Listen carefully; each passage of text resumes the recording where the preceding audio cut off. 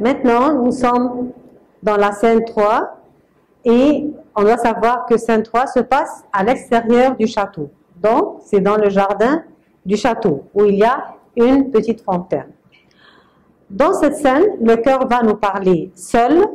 Il nous expose dans un monologue ironique les caractères de Blasius et de Bryden. Et il établit une comparaison entre eux. Il nous explique que si deux personnes se partagent les mêmes qualités et les mêmes défauts, ce qui se passe, c'est ou bien ils s'attirent ou bien ils se détestent. Donc, dans notre cas, avec Maître Bryden et Maître Blasius, ils vont se détester. Pourquoi? Car ils ont le même caractère.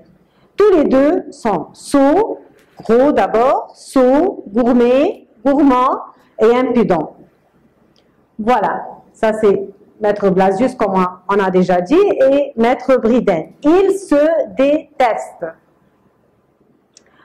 Et puis, ensuite, dans la même scène, le dîner est fini à l'intérieur du château.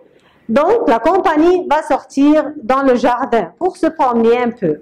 Et on va voir le baron avec Dame Pluche et il lui confie ses inquiétudes à propos de l'attitude de Camille envers Perdiccas, son fils, car il devait se marier. Donc, nous avons vu dans la scène précédente que Camille était froide envers Perdiccas. Pourquoi froide?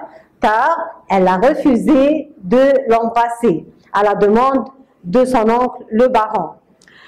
Et alors, le baron, voyant Perdiccas et Camille qui sortent du château, alors il prend Dame Pluche et il se cache derrière un arbre pour leur laisser la chance de se réconcilier, de se mettre d'accord. Et lui et Dame Pluche vont se mettre à les écouter.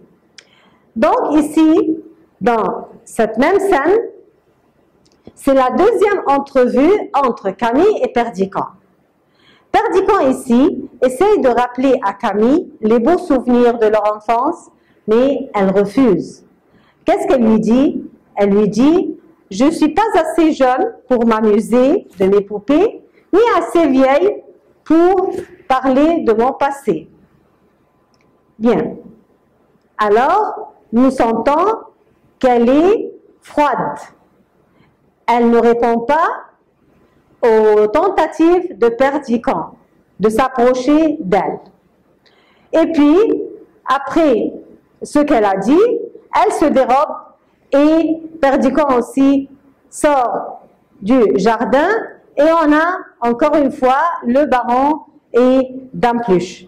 Ici, le baron est très déçu et il confie à Dame Pluche ses inquiétudes. Mais Dame Pluche, qui aime beaucoup Camille, lui donne toujours raison. Elle approuve l'attitude de Camille. Elle lui dit qu'une fille bien élevée ne laisse pas la terre ferme pour aller se promener en bateau seule avec un jeune homme. Mais le baron se met en colère contre Dame Pluche et se retient de l'insulter. Et il sort déçu. Et voilà, la scène 3 se termine par le départ du baron. Merci et à la prochaine.